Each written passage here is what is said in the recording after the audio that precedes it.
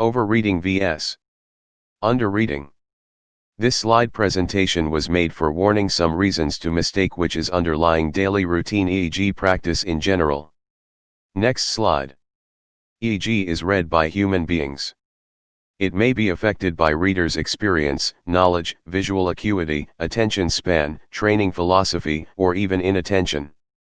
Overreading, read it more abnormal than normal.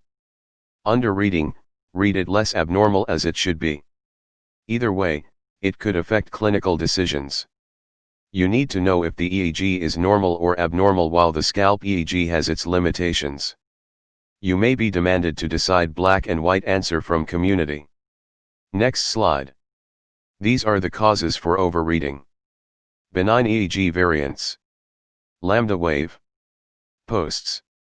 Midline sharp during sleep. SSS, small sharp and spikes. Wicked spikes. Artifacts. Movements. Electrode pop. Eye movement. Findings which has undermined clinical significance. Infraslow delta, 0 to 0.5 Hz. Scalp permeating gamma/low frequency HFO, 70 to 150 Hz. Next slide. Underreading is caused by various reasons as well. I do not criticize my colleagues just by that. But it may rarely a behavior of practice to increase superficial productivity. Reasons for underreading. Lack of knowledge. Lack of technique. Laziness. Or too busy in practice. Avoidance behavior. Some neurologist says that underreading is always good. Maybe avoiding litigations, do not want to take a risk.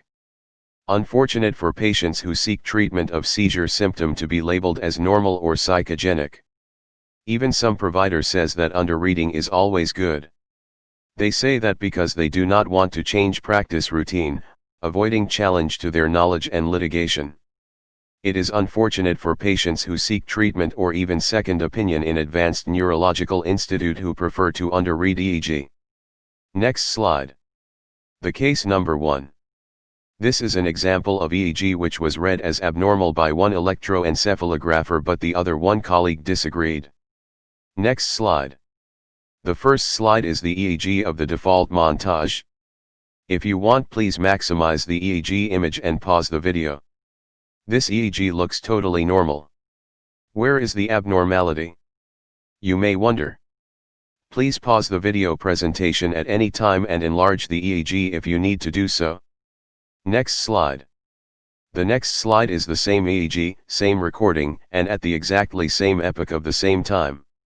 This EEG demonstrated sharp discharges in right anterior temporal lobe T2 as shown by arrows. The recording without T1, T2 recording was absolutely missed this finding. Next slide. Do you think it is silly mistake? No, it is serious. It is unfortunate that some underreading was due to unfamiliarity of their own recording resource. It is not difficult to avoid the mistake. One more thing.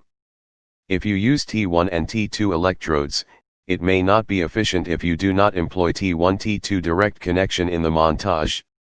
My colleague never realized to use it. Next slide. The case number 2 is questionable normal EEG. Next slide. First, what you see is small, low amplitude sharp discharges in the left frontal lobe. These findings are called small sharp and spike, SSS. SSS is a normal variant according to the standard EEG textbook. SSS is focal, limited in local cortical region. So this could be a normal variant. Please pause the video presentation at any time and enlarge the EEG if you need to do so. Next slide. If you look at the same EEG in T1-T2 montage again, you can identify extending electrical field of the frontal SSS to left anterior temporal lead, T1. Benign SSS should not have wide electrical field. Now you should realize that textbook description of benign finding is not applicable in this EEG. Next slide.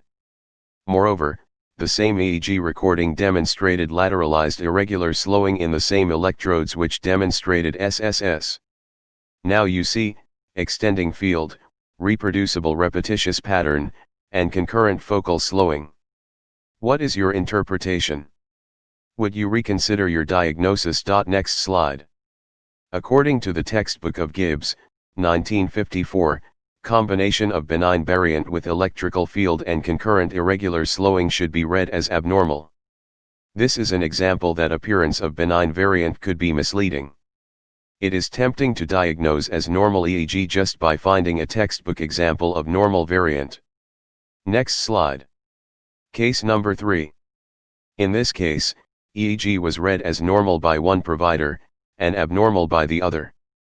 The patient was a survivor of a plane crash but has sustained TBI. The patient experienced repetitive stereotypical psychological attack which was aggravated by Keppra. Next slide. The first EEG demonstrated irregular alpha activity. Frontal beta activity was seen somehow asymmetrical. It is more predominantly seen in left side. Is the asymmetrical frontal beta clinically relevant? Please pause the video presentation at any time and enlarge the EEG if you need to do so. Next slide. Let's look at more closely. The onset of left frontal beta was seen with the arrow. There was preceding small low amplitude spike discharge. Next slide. This is further enlarged EEG image. After the spike at the arrow, the beta activity showed rhythmic evolution pattern, which slowly decreases the frequency. Is it an electrographic seizure pattern? Frequency evolution means either decrease or increase of frequency of the oscillation. Next slide.